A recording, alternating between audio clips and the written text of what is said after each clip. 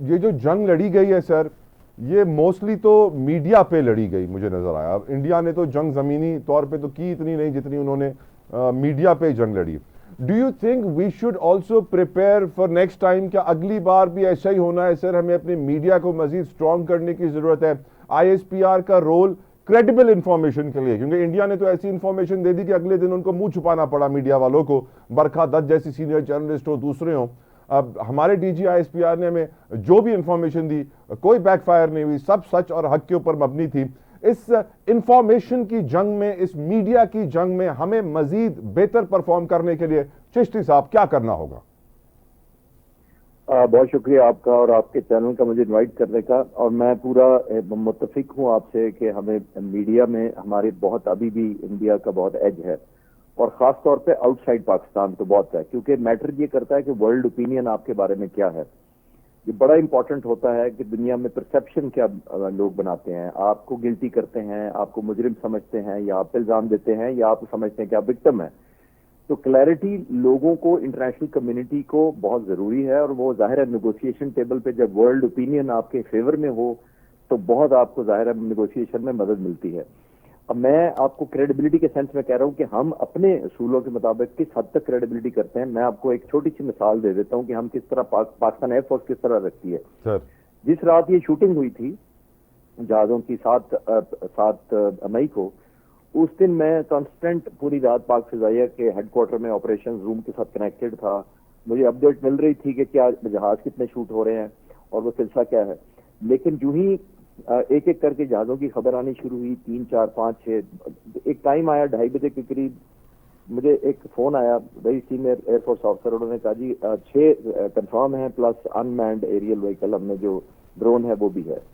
तो उसी फोन पे उन्होंने कहा ठहरे 6 नहीं 5 जहाज कंफर्म है।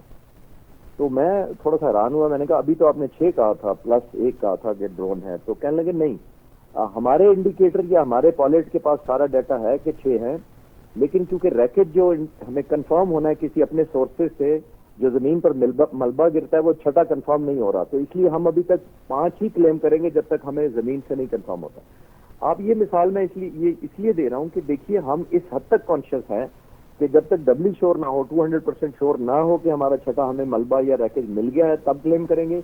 वरना दूसरी तरफ मीडिया होता तो उन्होंने 6 की जगह 10 कर देने थे। तो ये बड़ा क्रेडिबिलिटी बहुत जरूरी है कि जब आप एस्टैब्लिश करते हैं अपने फैक्ट्स को, दुनिया मानना चाहती है। मुझे बहुत सारे लोग बाहर से फोन कर रहे हैं, जब से मैं मीडिया पे आ रहा हूं, तो कोई इंग्लैंड से फोन कर रहा है, वो कहता है जी यहाँ पे इंडियन लॉबी बहुत स्ट्रांग है, उन्होंने लोग हायर किए हुए हैं, हमें पता है कि लोग पेमेंट पे वीडियोज बनाते हैं, डॉक्यूमेंट्रीज बनाते हैं, लेकिन हमारी यहाँ प्रेजेंस नहीं है कोई। हर वक्त उन्हीं का चलता है कि जी हमने पाकिस्तान को सजा दे दी, हमने पाकिस्तान ये कर दिया। तो कहते हैं जी हम क्या करें, हम तो पाकिस्तानी है, हमें डॉक्यूमेंट्रीज बनानी नहीं आती।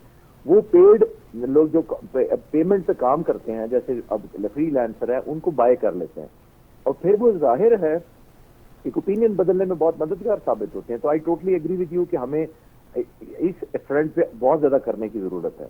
बिल्कुल ठीक सर। मेरा एक मशवरा है सर, आप जो है ना हाई अप्स तक पहुंचा सकते हैं सर। फॉर एग्जांपल इंडिया में आप देखते हैं बहुत सारे मल्टी लिंगुअल चैनल्स हैं।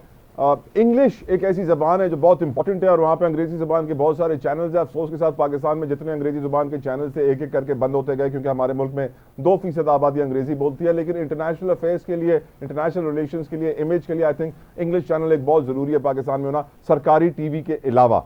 आगे बढ़ते हैं सर, एक बहुत जरूरी मैटर है जो मैं आपका ओपिनियन शायद सियासी हो जाएगा, नहीं लेना चाहिए मुझे, क्योंकि आप इस वक्त पाक इंडिया मैटर्स के ऊपर ही ज़्यादा कमेंट कर रहे हैं। लेकिन ये जो एक और आईएसपीआर ने आज वीडियो शेयर किया है, उसके ऊपर आपसे कमेंट लेता हूं चिश्ती साहब। उसके अंदर तर्जुमान दफ्तर खारजा भारत के रणधीर जसवाल साहब, वो ये एतराफ़ कर रहे हैं कि पहलगाम की तो इन्वेस्टिगेशन अभी चल रही है और अभी एविडेंस आना बाकी है, प्रोग्रेस होना बाकी है, जब होगी हम आपको बता देंगे। मीडिया के एक सवाल पे जवाब दे रहे थे, और हमारा आईएसपीआर शुरू से ये कह रहा है कि भाई ये तो फॉल्स फ्लैग ऑपरेशन है, इन्वेस्टिगेशन हुई नहीं है, कोई प्रूफ है नहीं।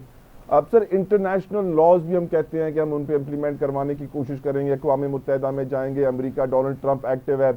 आप समझते हैं कि सर पहलगाम जैसा वाकया दोबारा होगा, नहीं होगा? आप समझते हैं कि मसला कश्मीर को, जिसको पाकिस्तान ने आज इंटरनेशनल नजरों में ले आया है दोबारा, क्या हम इसका कभी कोई हल निकाल पाएंगे? या फिर वो जो वेपन्स इंडस्ट्री है सर वो जीत जाएगी। लाइन ड्रॉप हो गई चिश्ती साहब के साथ। No issues no issues. Chishti साहब के साथ बड़ी लाइन थे बठिंडा से।